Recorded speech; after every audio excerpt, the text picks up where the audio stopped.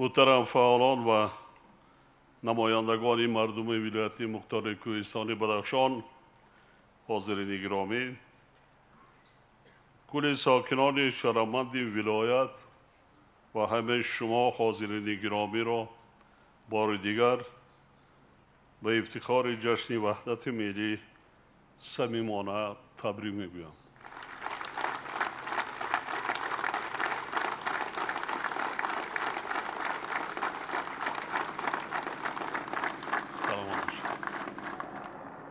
به تمام مردم شریف تاجیکستان از جمله ساکنان ولایت مختار کوهستان بدخشان و همه شما حاضرین محترم خانه آباد و سعادت روزگار آرزو می‌نمایم.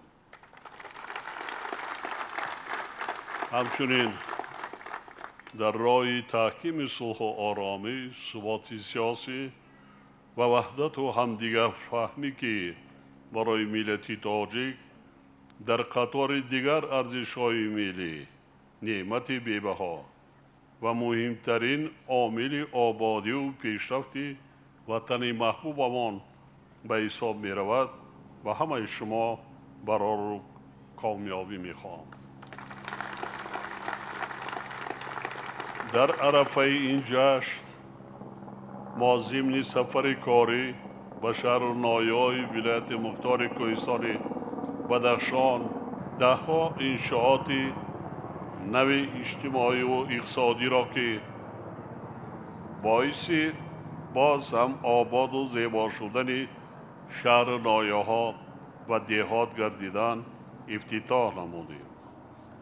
تنها در شهر خارو دیروز ما در مراسم افتتاح بنای معموری مقامات اجرایی حاکمیت دولتی شهر، بنای استقامتی بلند آشیانه برای 48 عائله خدمتچیان دولتی، مرکز فرهنگ، هنرهای مردمی و سودا اشتراک کردیم. بنای معموری مقامات اجرایی حاکمیت دولتی شهر چنین بنا در یگان شهر نایه نیست. هم از لحاظ صنعت معماری بلند، هم از لحاظ شرایط خوبی کاری زیاده از 200 نفر ساختار و مقامات هایی که در هر جا پریشان بودند در یک جا کار و فعالیت میکنند و به مردم خدمت میرسانند و مردم سرسان و سرگردان نمیگردند. اکنون نوبت بنای حکومت ولایت، بنای حکومت ولایت بسیار فرسوده است، شرایط های خوبی کاری ندارند، مهیا کردن نمانده کار.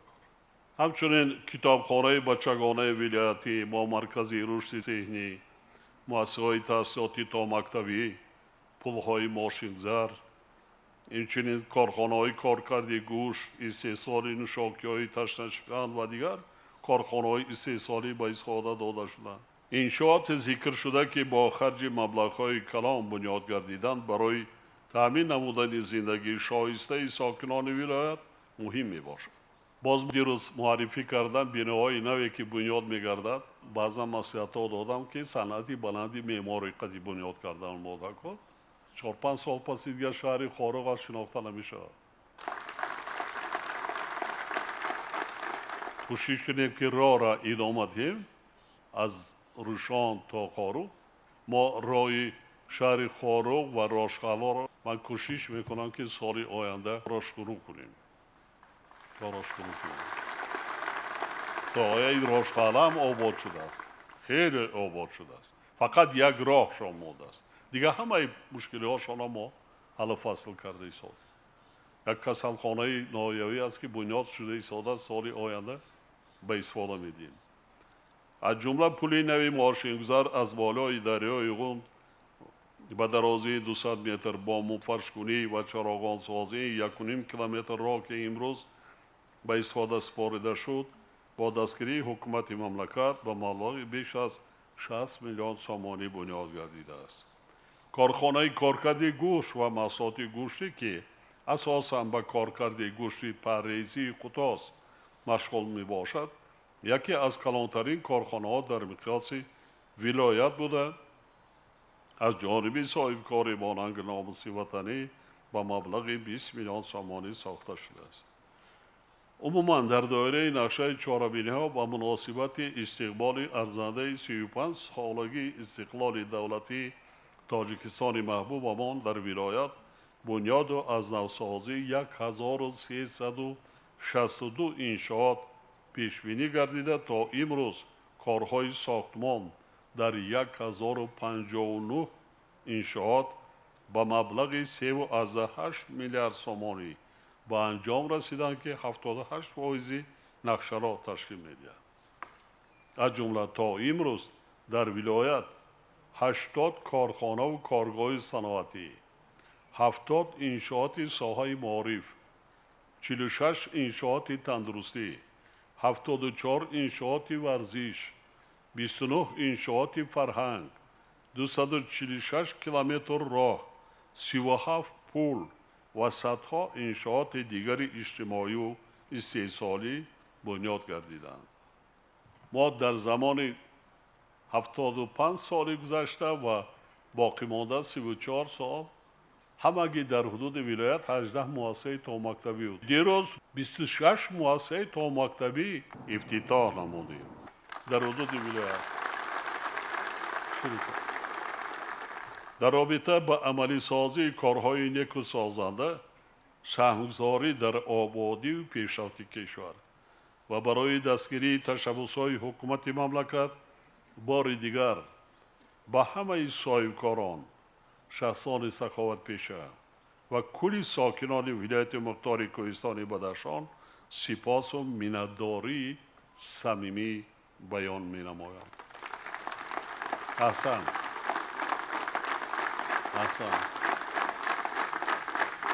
شکرانه از این وطن کنیم، شکرانه از این سرزمین کنیم، صدقاً دوست داریم، زحمت کشیم، آباد کنیم، بنیاد کنیم، سازیم.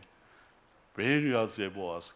حالا برای تامین نمودن پیشرفت شهر نایای ولایت عملی سازی 9 برنامه رشد اجتماعی اقتصادی ولایت و شهر نایای آن برای سالهای 2021 و 2025 ادامه دارد. از اول تطبیق 869 لایحه دارای اهمیت اقتصادی و اجتماعی با مبلغ 7.3 میلیارد سامانی تا امروز 442 لایحه با مبلغ بیش از 5.7 میلیارد سامانی عملی گردیده ایستاده است. تنها از حساب بودجه دولتی در دایره اجرای برنامه‌های ولایت تا سال 2025 1.1 میلیارد سامانی از خود کرده شده است که به 75% برابر می‌باشد. رهبریت ولایت و شهر و نایه‌های آن وظیفه دارند که در همکاری با وزارت و اداره‌ها و صاحبکاران و سرمایه‌گذاران جهت سری وقت عملی گردانیدن نقشه و برنامه‌های قبول شده چاره‌جویی نماید. همزمان با این هنگام تهیه و قبول برنامه‌های رشد اجتماعی و اقتصادی برای سالهای می‌آینده باید با مسائل تأسیس جایهای کاری نو، صنعتی کنانی با سرعت و استحصال مال‌های دارای ارزش بلند علاوه شده توجه اولین درجه داده شود. مسائل بلند برداشتن صفت خدمت رسانی، رشد انفراستراکچور سیاحی، صفت تعلیم و تربیت، تقویت کارهای آبادانی و بنیادکاری و صرفه سرشته کاری باید تحت نظارت دائمی قرار داده شود. در نتیجه دستگیری‌های حکومت مملکت و زحمت صادقانه ساکنان ولایت مختار کوهستان بدخشان، شهر و ناحیه‌های آن منتظم رشد یافته، شرایط زندگی اهالی نسبت به سالهای پیش خیلی بهتر گردیده است. طی دوران صاحب ساله از حساب همه منبع‌های مبلغ‌زاری برای رشد ساحه‌های مختلف اقتصادی و اجتماعی ولایت زیاده از 25 میلیارد سامانی روانه کرده شده است. در این دوره برای ترقیات ولایت از حساب بودجه دولتی 7.2 میلیارد سامانی از جمله برای دستگیری بودجه محلی از حساب بودجه جمهوری 2.9 میلیارد سامانی همچون کمک حکومت مملکت جدا گردیده است. در این دوره ба соҳаи сохтмони вилоят аз ҳамаи сарчашмаҳо 7.5 миллиард сомонӣ маблағ равона гардида беш аз 2300 иншооти иҷтимоиву иқтисодӣ бунёду азнавсозӣ карда шудааст. аз ҷониби дирексияи сохтмони иншооти ҳукуматии дастгоҳи иҷроияи президенти мамлакат аз соли 2008 то ҳоло дар шаҳри ноҳияҳои вилоят 121 иншооти иҷтимоиву маъмурӣ ба маблағи 788 миллион сомонӣ сохта ба истифода дода шудааст. ҳоло боз 17 иншооти дигар ба маблағи беш аз 1 миллиард сомонӣ бунёд гардида истодааст. дар зарфи солҳои соҳибистиқлолӣ барои рушди соҳаҳои иқтисодиву иҷтимоии вилоят аз ҷумла маорифу тандурустӣ, нақлиёту энергетика ва дигар бахшҳои муҳими ҳаёти ҷомеа 40 лоиҳаи сармоягузории давлатӣ ба маблағи 4 миллиард сомонӣ амалӣ гардида, ҳоло татбиқи боз 13 лоиҳа ба маблағи умумии 5.5 миллиард сомонӣ идома дорад. танҳо барои сохтмон ва таҷдиди роҳҳои мошингарди дорои аҳамияти байналмилалӣ 12 лоиҳаи сармоягузории давлатӣ ба маблағи умумии 2.3 миллиард сомонӣ татбиқ гардида 250 километр роҳ, 1 нақл ва 26 пул ба истифода дода шудааст. илова бар ин, дар доираи сафари корӣ ба вилоят мо қитъаи қалайхум ванҷ сарҳади рӯшонро дар шоҳроҳи байналмилалии Душанбе, Хоруқ, Қалайхум ба масофаи 92.5 километр бо 12 пули мошингузар ва яке аз нақлҳои онро бо дарозии 3400 метр ифтитоҳ намудем. дар доираи ин лоиҳа ки арзиши умумии он 2.5 миллиард сомониро ташкил медиҳад, то имрӯз 1.5 миллиард сомонӣ маблағ аз худ гардидааст. ҳукумати мамлакат меъбад низ ҷиҳати ба сатҳи муосир мутобиқ намудани шоҳрҳои Душанбе, Кӯлоб, Қалаи Хум, Ванҷ, Хоруқ, Кулма тадбирҳои заруриро амалӣ менамояд. яъне дар масире ки он чи роҳро бунёд карда омадем аз Душанбе то ин ҳамин шабу рӯз аз Кулма то Мурғоб $70 миллион аллакай тайёр роҳ лоиҳакашӣ омода шудааст ва ман фикр мекунам соли оянда бунёди ин роҳ шурӯъ мегардад ва аз Мурғоб то Варшес ин масофаи тахминан 440 километр мемонад. аз Хоруқ то Рӯшон лоиҳаҳо омода шуда истоданд ба ҷустуҷӯи маблағ, чунки хеле маблағи калон дар кор мешавад. ҳамин 92 километре ман гуфтам $230 миллион, ин қариб 2.5 миллиард сомон. хеле қисмати вазмини роҳи Хоруқ Душанбе аст. ҳоло пурра ба истифода надод.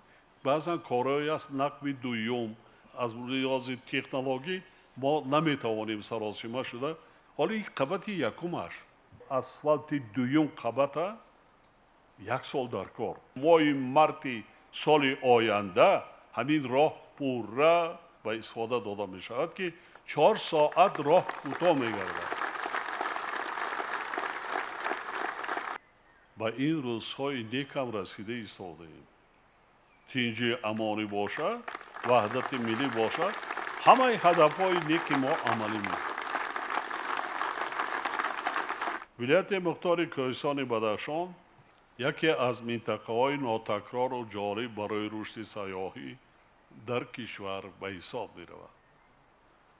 соли гузашта ба шаҳру ноҳияҳои вилоят 40,000 сайёҳон омаданд ки нисбат ба соли 2021 13 баробар зиёд аст.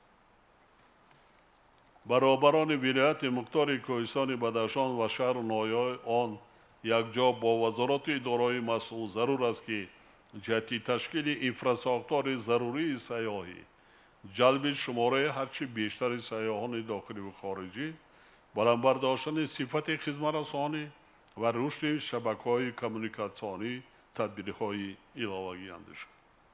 гар чашмое ки ҳастанд, уна сохта бунёд кардан дар кор مبلغ کار میکنی. گر چشم ها برای ولایت هم از داخل در تمام دور سال هم از خارج میاره. سازین میتواند سرچشمه درآمدی بودجه های ناحیه و ولایت گردد. هم آبروی ولایت دولت تاجیکستان این قدر بایگری ما طبیعی داریم، چرا پیشنهاد کرده نتونیم؟ الان میدم هنر در کار. آشخانه هامان، چایخانه هامان، رستوران هامان، قهوه خانه هامان سطح خدمت رسانی بلند کردم.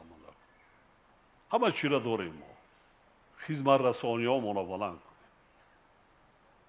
این هم بسیار مهم است. حاضرین گرامی، طی 34 سال صاحب استقلالی شماره سوبیکت های صاحبکاری در ولایت منتظم افزوده حالا قریب به 11,000 برابر گردیده است. کم 230,000 اهالی 11,000 کم، اغلب 50,000 60,000 این هم کار است. همزمان با این رهبران ولایت و شهر و ناحیه‌های آن وظیفه دارند که جهت باز هم بهتر گردانیدن فضای صاحبکاری و سرمایه‌گذاری چاره‌های سودمند اندیشیده تشبس‌های صاحبکاران و سرمایه‌گذاران را همه‌جانبه دستگیری نمایند و جهت جلب سرمایه داخلی و خارجی چاره‌های مشخص اندیشیده. از جانب نظام بانکی کشور در دوران صاحب استقلالی به صاحبکاران و اهالی ولایت بیش از 2.4 میلیارد سامانی قرض داده شده است که 2.2 میلیارد سامانی آن قرض‌های خرد میباشد. در برابر این در 5 ماه اول سال جاری قرضی با ساحه کشاورزی ولایت 68% و صاحبکاران 3 ساله 26% کاهش یافته است که برای رشد همه‌جانبه صاحبکاری و تحکیم فعالیت استحصالی کافی نیست. بانک ملی، امانت بانک، صنعت صادرات بانک، بانک‌های تجارتی و دیگر تشکیلات‌های قرضی جهت باز هم بهتر نمودن خدمت رسانی بانکی و بیشتر پیشنهاد کردن مبلغ‌های قرضی به ساحه‌های استحصالی و صاحبکاری در ولایت چاره‌های علاوگی اندیشید. برای وسعت بخشیدن به روند رشد استوار ساحه‌های اقتصاد ملی در پیام رهبر دولت سالهای 2025-2030 سالهای رشد اقتصادی رقمی و اینوواسیا اعلام کرده شدند.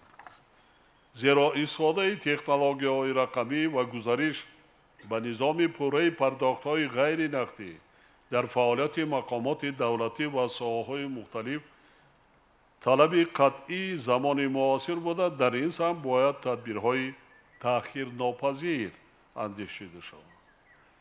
در دوره صاحب استقلالی کشور حجم استحصال محصولات صنعتی در ولایت مختار کوهستان بدخشان سال به سال افزایش یافته، سال 2024 به بیش از 307 میلیون سامانی رسیده است که نسبت به سال 1993 5 برابر زیاد می باشد. البته این نشان دهنده خیلی خوب است. در ماه‌های ینور می سال 2025 45 کارگاه و کارخانه‌های نو تأسیس داده شده. حجم استحصال محصولات صنعتی نسبت به همین دوره سال گذشته 13% افزوده است. در زمان صاحب استقلالی شماره عمومی کارخانه‌های صنعتی از 13 به 183 و نامگوی استحصال محصولات صنعتی از 10 نمود به 70 نمود رسیده است. با وجود این به وزارت صنعت و تکنولوژی‌های نو رهبران ولایت مختار کوهستان بدخشان و شهر و ناحیه‌های آن سپارش داده می شود که دایر بر راه‌اندازی فعالیت ثمرناک اقتدارهای موجوده، تأسیس کارخانه‌های نو استحصالی، کارکرد نیایی اشیاء خام وطنی، برابر داشتن رقابتناکی محصولات صنعتی و صادرات آن تدبیرهای مشخص اندیشید. توسط این تدبیرها ما می توانیم به هدف استراتژی صنعت کنانی با سرعت کشور نائل گردیده مهمتر از همه اهالی را با جای کاری دائمی تأمین نماییم و به مردم شریف مملکت شرایط ارزنده زندگی مهیا نماییم. حاضرین گرامی، در سال 2024 حجم عمومی محصولات کشاورزی ولایت به 1 میلیارد سامانی رسیده است که نسبت به سال 2000 12 برابر زیاد می‌باشد. در دوران صاحب استقلالی استحصال غله‌دانگی ها 2 برابر، کارتوشکا 3، سبزوات 5، شیر 2 و تخم 38 برابر زیاد گردیده است. در این دوره سرشمار چاروای کلان 1.5 برابر، چاروای میده 14%، پرنده 5 برابر و سرشمار کوتاه 2 برابر زیاد گردیده است. میدان باغ‌ها از 1350 گیکتار به 3140 گیکتار رسانیده شده است که 2.3 برابر زیاد بوده. حالا میوه خوشصفت و از لحاظ اکولوژی تازه ولایت در بازارهای داخلی و خارجی خریدار زیاد پیدا کرده است. لازم به یادآوری است که حکومت مملکت مسئله تدریجاً بلند برداشتن سطح زندگی مردم را در محور فعالیت خود قرار داده. با این مقصد در زمان استقلال به ساکنان شهر ناحیه‌های ولایت 2620 گیکتار زمین را همچون زمین‌های پرزیدنتی برای خواجگی‌های یا ریاستان شخصی جدا نموده است. علاوه بر این در 20 سال اخیر در ولایت 1629 گیکتار زمین‌های نو از خود گردیده حالت ملیوراتیوی 1870 گیکتار زمین بهتر کرده شده است. با در نظر داشت تأثیر تغییریابی اقلیم، خشکسالی‌های شدید، افزایش اهالی و وضع پیشگویی نشونده بازارهای جهانی سالهای اخیر جلب توجه رهبران و متخصصان به رشد کشاورزی از جمله زیاد کردن میدان کشت، بنیاد باغ‌ها، سرشمار چاروا و افزایش دادن استحصال محصولات کشاورزی اهمیت اولین درجه کسب کرده است. بنابراین برای ثمرناک استفاده نمودن تمام ذخیره و امکانیت‌های رشد ساحه کشاورزی، افزایش حجم استحصال محصولات ساحه و حفظ امنیت آذوقه‌واری مملکت برابران ولایت‌ها و شهر و ناحیه‌های کشور 17 می سال جاری در ناحیه ایدنغره سپارش‌های مشخص داده شدند.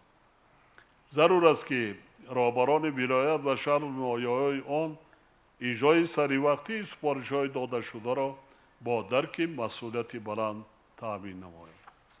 دوستان عزیز، در دوام 34 سال صاحب استقلالی از جانب حکومت مملکت با مقصد با نیروی بر تامین نمودن شهر و ناحیه‌های ولایت مختار کوهستان بدخشان بیش از 3.4 میلیارد سامانی مبلغ روانه گردیده است. از جمله در ولایت 73 لایحه سرمایه‌گذاری دولتی با مبلغ عمومی 1 میلیارد و 700 میلیون سامانی تطبیق گردیده. حالا عملی سازی 12 لایحه دیگر با مبلغ عمومی 1 میلیارد و 100 میلیون سامانی ادامه دارد. در نتیجه چاره‌های عملی گردیده در ولایت 31 میگاوات اقتدار نوی استحصالی نیروی برق ساخته شده. علاوه بر این اقتدارهای موجوده نوسازی و تجدید گردیده. سال 1991 اقتدار استحصال نیروی برق در ولایت همگی 10.4 میگاوات بود. سال 24 این رقم به 47.5 میگاوات رسیده، 4.6 برابر زیاد شده است. خاطرشان می‌نمایم که همه اقتدارهای عمل کننده ولایت نیروی برق را پره از منبع‌های برقرار شونده انرژی یعنی 100% انرژی سبز استحصال می‌کنند که در شرایط تغییریابی با سرعت اقلیم و مشکلات اکولوژی معاصر اهمیت خیلی کلان دارند.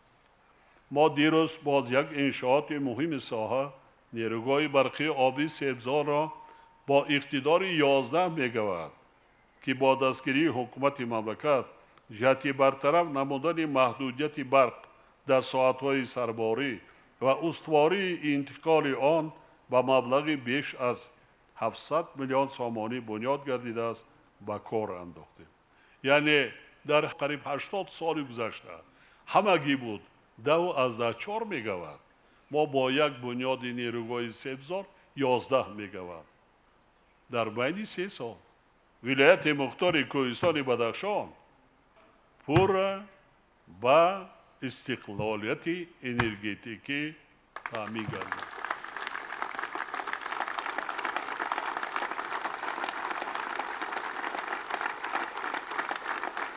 همچنین در دایره سفر کاری ما 7 نیروگاه برقی آفتابی و برقی آبی خورد در دهه‌های دوردست ولایت به استفاده سپاریده شد.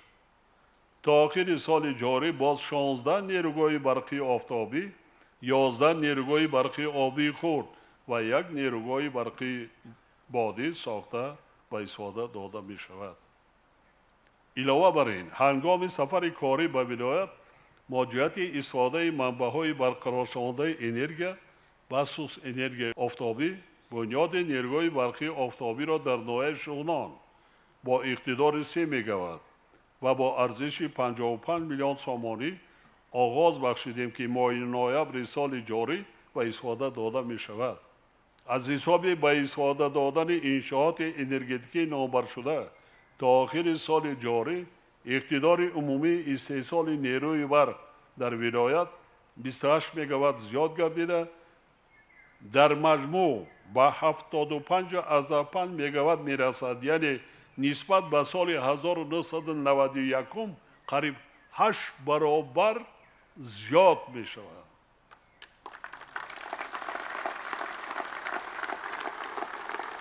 یعنی یک برنامه داریم الکتریفیکاسیون دهات 37 دههای خردترین ما با برق تامین کردیم. تا آخر سال 32 دهه خرد دقیق مانده است. آنها هم پورا با برق تامین می‌گردند. علاوه بر این 2 روز پیش ما خط انتقال برقی 2 زنجیره 35 و 110 کیلووات خارق روشن را با درازی 67.5 کیلومتر و زیرزگاه جنگل را در ناحیه روشن با مبلغ عمومی 114 میلیون سامانی به استفاده دادیم که امکانیت انتقال منظم نیروی برق را به ناحیه‌های روشن، بند و درواز به مراتب بهتر می‌گرداند. همزمان با این ساختمان 42 کیلومتر خط انتقال برقی 110 کیلووات از مرکز ناحیه روشن تا زیرزگاه وازنو را آغاز بخشیدیم که در نیم ساله اول سال 2026 به استفاده داده می شود. وزارت انرژتیک و ذخیره‌های آب، جمعیت سهامی پامیر انرژی و رهبریت ولایت وظیفه دارند که برای تطبیق پوره و با صفت لایحه‌ها و بنیاد نیروگاه‌های خرد آبی، آفتابی و بادی را تامین نمایند. هموطنان عزیز، در ظرف سالهای صاحب استقلالی در شهر ناحیه‌های ولایت مختار کوهستان بدخشان با مبلغ 500 میلیون سامانی 221 بنای نوی تعلیمی با 44,000 جای نشست ساخته به استفاده داده شده است. با کردن در کار. علاوه بر این حالا کارهای بنیادی باز 17 بنای مؤسسه تعلیمی برای بیش از 3,000 خواننده و مبلغ 62 میلیون سامانی ادامه دارد. تنها در دایره سفر کاری ما در شهر ناحیه ولایت 32 مؤسسه تا مکتبی برای 1570 جای نشست به استفاده داده شد. این برای تمام شهر ناحیه‌های دیگر مملکت نمونه عبرت است.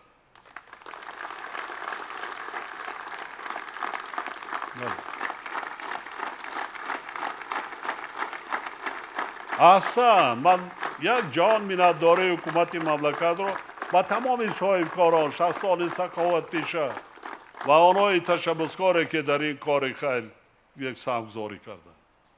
طور در خاطر دارد در پیام نوبتی پرزیدنت مملکت برابران تمام ساحه‌های ساختارهای مقامات‌های دولتی سپارش داده بودم که در 5 سال آینده ما باید حتما 800 مؤسسه تا مکتبی و 1000 مؤسسه تاسیسات میانه این عمومی را ساخته به اصالت. ما هر سال تا 200 مؤسسه تعلیمی نو بنیاد میکنیم لیکن جای نشست نمیرسد. جوانمردای تاجیک بسیار باننگ ناموس هستند، بسیار بسیار در همه لحظه های وزمین وطن خودشان صاحبی میکنند، حمایه میکنند، تشبس های رهبری دولت را دستگیری میکنند. این کارخانه و کارگاهایی که بنیاد کرده همش صاحب کارها کردند. صدها جای کاری، صدها عائله صاحب نان، زندگی و محصول کجا می رود؟ بازار نمی باید. برای کی است؟ برای مردم است یا صادرات میکنند؟ درآمدی بیشتر گیری و یگان چیز دیگر میکند کن. اگر زندگیش خوب باشد اقلا با یک همسایه کم بیزاتی خودش یگان ایده یگان روز خیلی یگان چی کمک میرساند که نمیکنیم. ما همسایه ما گشتن باشد کمک نمیکنیم. میکنیم. ما تاجیک هستیم که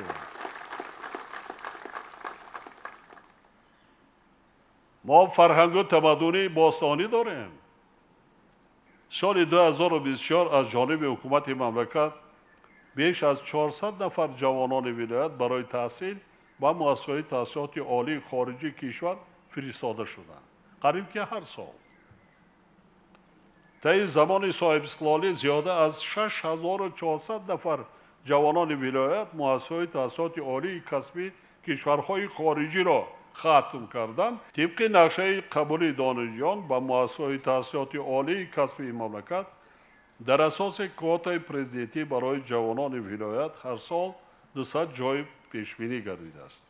در مجموع از سال 1997 تا این جانب از ولایت 4000 نفر از جمله بیش از 2000 نفر دختران طبق کوتای پرزیدنتی و دانشگاه و دانشکده‌های کشور داخل شدند که قسمی زیادی آنها علاقه در بخش‌های مختلف شهر ناحیه‌های ولایت و مملکت موفقانه کار و فعالیت کرده ایستادند. با وجود پیشروی‌ها در ساحه معارف ولایت بعضی کمبودیا از جمله اجرای پست برنامه تأمین مؤسسه‌های تحصیلات عمومی و کابینت‌های فنی و آزمایشگاه‌های مجهز تعلیمی برای سال‌های 2021 و 2025 همگی 30% و سطح پست فراگیری کودکان و تحصیلات تا مکتبی 31% وجود دارند. با وزارت معارف و علم رهبران ولایت و شهر ناحیه آن سپارش داده می شود که جهت حل مشکلات و کمبودی‌های موجوده تدبیرهای عملی اندیشد. در زمان سالهای صاحب استقلالی به ساحه تندرستی ولایت مختار کوهستان بدخشان مبلغ‌زاری از بودجه دولتی منتظم افزایش یافته در سال 2025 و 173 میلیون سومانی رسانیده شد که نسبت به سال قبلی 24% زیاد می باشد. در این دوره در ولایت 279 مؤسسه تندرستی با مبلغ 367 میلیون سومانی ساختمان از نوسازی گردیده کارهای تعمیر و برقرارسازی در 907 مؤسسه با مبلغ 125 میلیون سومانی انجام داده شدند. همزمان با این مؤسسه‌های ذکر شده با مبلغ بیش از 106 میلیون سومانی و اسباب و تجهیزات طبی و دارواری تامین گردیدند. در زمان صاحب استقلالی در مؤسسه‌های تحصیلات عالی طبی کشور 1332 نفر جوانان ولایت از جمله 461 نفر طبق کوتای پرزیدنتی تحصیل کردند که برای با متخصصان تأمین نمودن مؤسسه‌های طبی شهر ناحیه‌های ولایت و بلند برداشتن صفت خدمت‌رسانی‌های طبی به اهالی مساعدت کرده ایستادند.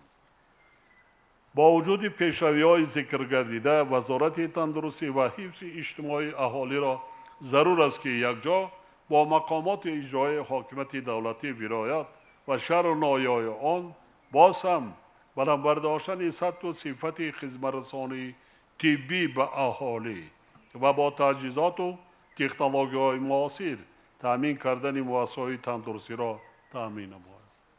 حاضرین گرامی، شما خوب می‌دانید که اساس رشد و ترقیات و شرط مهمترین زحمت آبادگرانه مردم کشور آرامی و ثبات، رعایت قانونیت و ترتیبات، یعنی تامین بودن ولایت قانون در جامعه باشد. وابسته به این باید گفت که وضع رعایت قانون و ترتیبات جمعیتی در حدود ولایت مختار کوهستان بدخشان در مجموع خیلی معتدل است نسبت به سالهای پیشین. خیلی اگر معتدل نمیشد این موفقیت ها خیلی نمیشد. مثلا سال 2024 صادر شوی جنایت نظر به سال 2023 37 حالت یا 4.8% زیاد به کار گرفته شده است، ولی این نشان دهنده در 5 ماه سال 2025 16% کمتر است شده است که از پس گردیدن سطح جنایتکاری در مقیاس ولایت گواهی می‌دهد. مخصوصا استعمال مواد مخدر کم گردید. خیلی مخصوصا در شهر خارج چقدر جوانان امنیتشان سلامتیشان نگاه داشته شد. رویداد و تحولات پرپیچ و تاب جهان امروزه بخصوص جنگ و نارامی‌های شدید، گریزه شدن میلیون‌ها نفر آدمان بیگناه، خراب گردیدن صدها شهر آباد و تاریخی و آثار فرهنگ جهانی بار دیگر دستاورد نهایت پرارزش و نعمت بی‌بها بودن استقلال و آزادی، صاحب وطنی و صاحب دولتی، صلح و ثبات و وحدت ملی مردم تاجیکستان را ثابت می‌سازد. بنابراین هر یک شهروند مملکت باید با حس بلند خودآگاهی و وطن دوستی استقلال و آزادی و وحدت ملی را چون گوهر بی‌بها، اساس ثبات و آرامی و پیشرفت و آبادی کشورمان مقدس شمارد و آن را حفظ نماید. هدف اصلی هر یکی ما و شما آباد و زیبا ساختن وطن عزیزمان، بهتر کردن شرایط زندگی خلقمان و در عرصه بین المللی باز هم بلند برداشتن آبروی دولت صاحب استقلالمان می باشد که به این وسیله ما توانیم برای نسل‌های امروز و آینده کشور شرایط خوب کار و زندگی را تامین نماییم و به آنها یک ملک پیشرفته را به میراث گذاریم. وابسته به این یک مسئله مهم را خاطر نشان می‌نمایم. غمخواری هایی که دولت و حکومت برای نسل‌های نورس و مهیا کردن شرایط و امکانیت‌های زمانوی برای آنها انجام داده ایستاده است، تنها در صورت نتیجه و ثمره نیک می‌دهند که پدر و مادران، اهل زیاد، فعالان و عموما تمام جامعه با مسئله تعلیم و تربیت همچون اساس آینده آباد اعتباری اولین درجه و دائمی دهند. جهت عملی نمودن هدف و نقشه های نیک و سازنده ضرور است که هر یک رهبر و کارمند مسئول ساختار و مقامات دولتی، همه خدمتچیان دولتی، صاحبکاران و سرمایه‌گذاران و هر یک فرد با ننگ و ناموس جامعه و مخصوصا جوانان صافدلانه و صداقتمندانه کار و فعالیت نمایند. آن روز دور نیست که ما با دستگیری و زحمت صادقانه مردم سربلند و تمدنساز تاجیک از جمله ساکنان با ننگ و ناموس ولایت مختار کوهستان بدخشان کشور خود را به یک دولت پیشرفته و متمدن دارای شبکه‌های زمانوی انرژتیکی، انفراستراکچور پیشرفته نقلیاتی و سیاحی و سطح بلند خدمت‌رسانی تبدیل می‌دهیم. با افتخار اظهار می‌نمایم که مردم سربلند ولایت مختار کوهستان بدخشان در حفظ دستاوردهای استقلال، تقویت صلح و ثبات و وحدت ملی صادقانه سعی و تلاش می‌نمایند.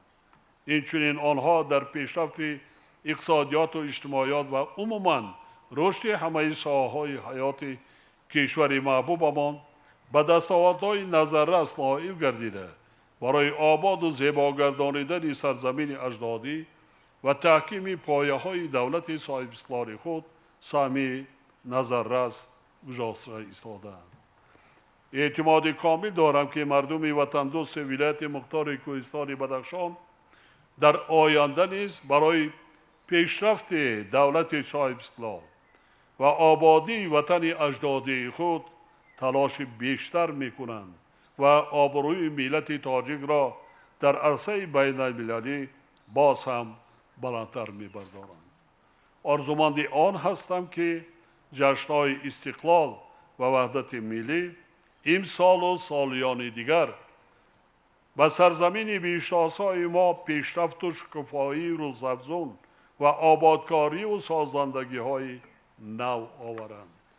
به کل مردم ولایت و همه شما حاضرین ارجمند سلامتی، اقبال نیک و روزگار خوش و آسوده آرزو می نمایم. همیشه خانه آباد و سرفراز باشید همدیاران عزیز. برابر باشید.